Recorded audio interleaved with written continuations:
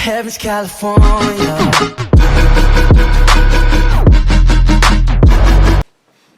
Hey guys, I'm going to react to another Saga the Youngin video. This one is called Summer Reading and the Most Savage Kid Ever.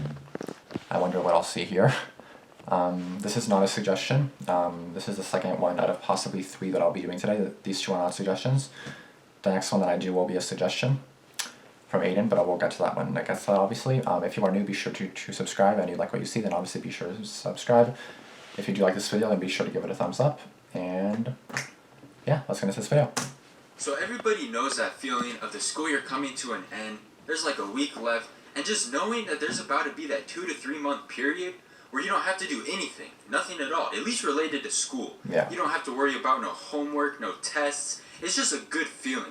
And it almost feels too good to be true. And if your schools are anything like the ones that I went to, that's because it is. And then you remember, they're about to assign you some boring, lengthy, weird English having book that was written like 100 years ago that they want you to read over the summer. But then you remember SparkNotes and Schmoop exist, so you feel good again.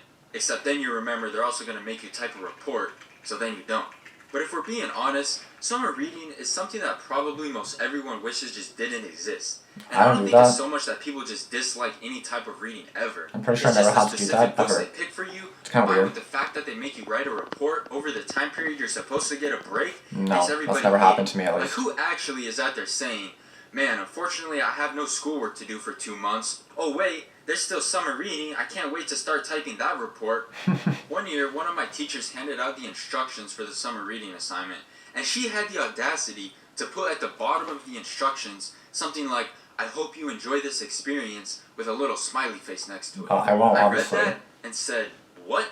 Like, come on, you know nobody is going to enjoy this. Why are you even putting that on there? And I know one of the points of summer reading is to encourage reading, but some of these books they'll be making people read probably just ends up making them equate reading with being more of a chore. Except for that one kid who was always like, I already finished the book, and the current school year hasn't even ended yet. It's not even summer, which honestly is what everyone should try for. That would be the academically smart move, but that's no fun, and for me, it'd usually end up going the complete opposite way.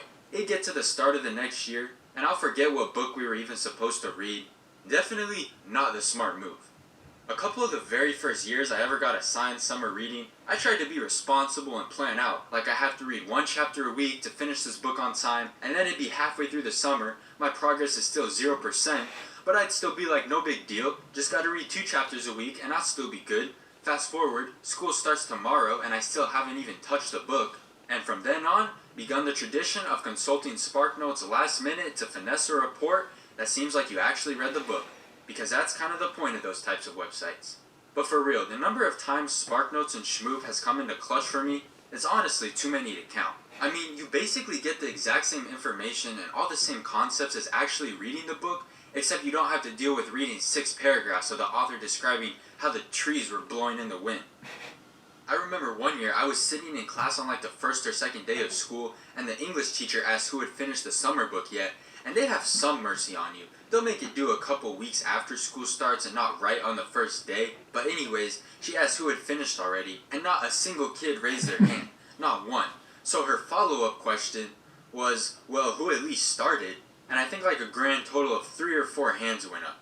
And it gets worse, because she asked one of the kids who raised his hand what page he was on, and he said 2.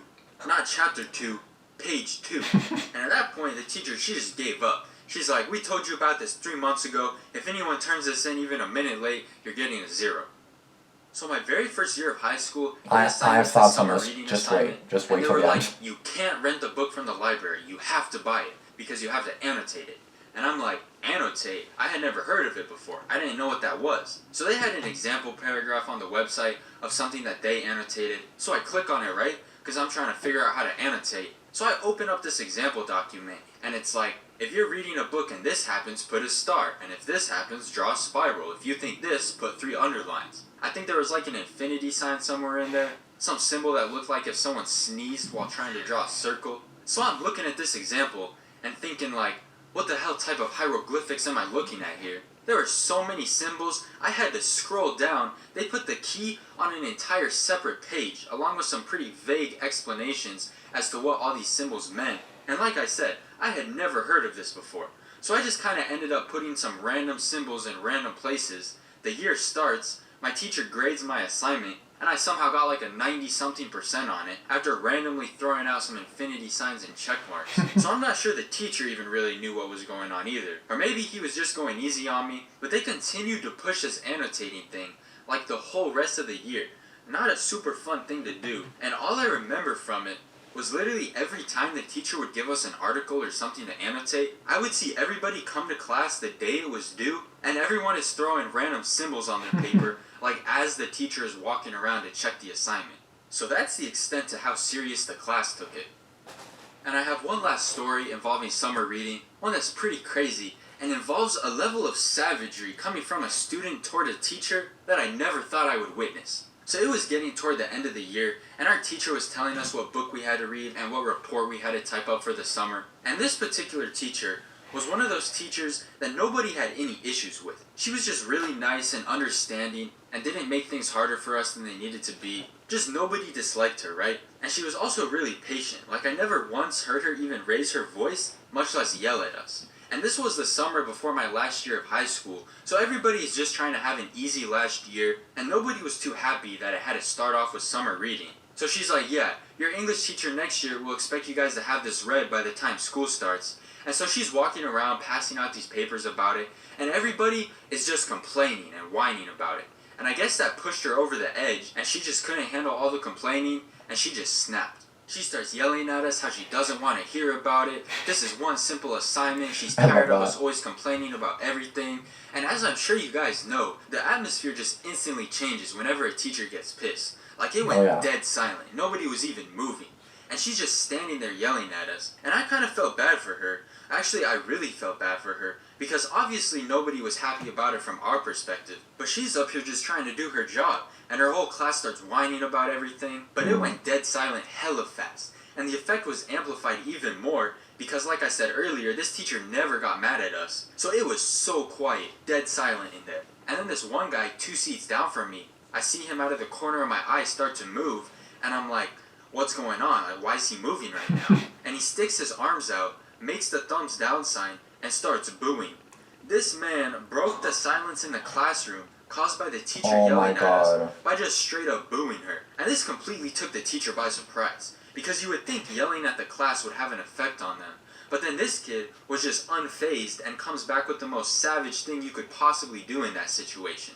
And I felt really bad for her, but she didn't even do anything. She just kind of glared at him for a second and then walked back to her desk. She must have just been so confused at the fact that he had the audacity to do that. Like, no chill whatsoever. How are you gonna boo a teacher after she just went full sicko mode on the entire class? Yeah, that's and pretty I think gutsy. that's gotta be one of the most savage things I've ever seen happen in a classroom ever.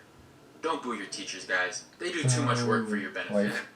So yeah, that's all for this video, guys. Leave a like if you didn't already leave a like. And if you guys could do me a favor and hit the notification bell.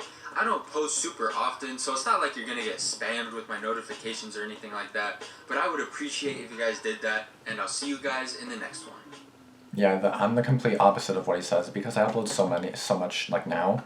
You're probably gonna get spammed with notifications if you turn the notifications on. I'm gonna be honest, I'm not gonna lie to you.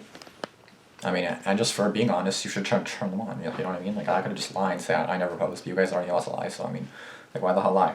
And I have thoughts on that. So I was looking up something on my phone. I don't know if you guys knew or noticed. I was like glancing at my phone, like typing in what is annotating, because I'm in college and I know what like some words mean, and I like heard of it. Obviously, I'm just kind of like, what does that mean again?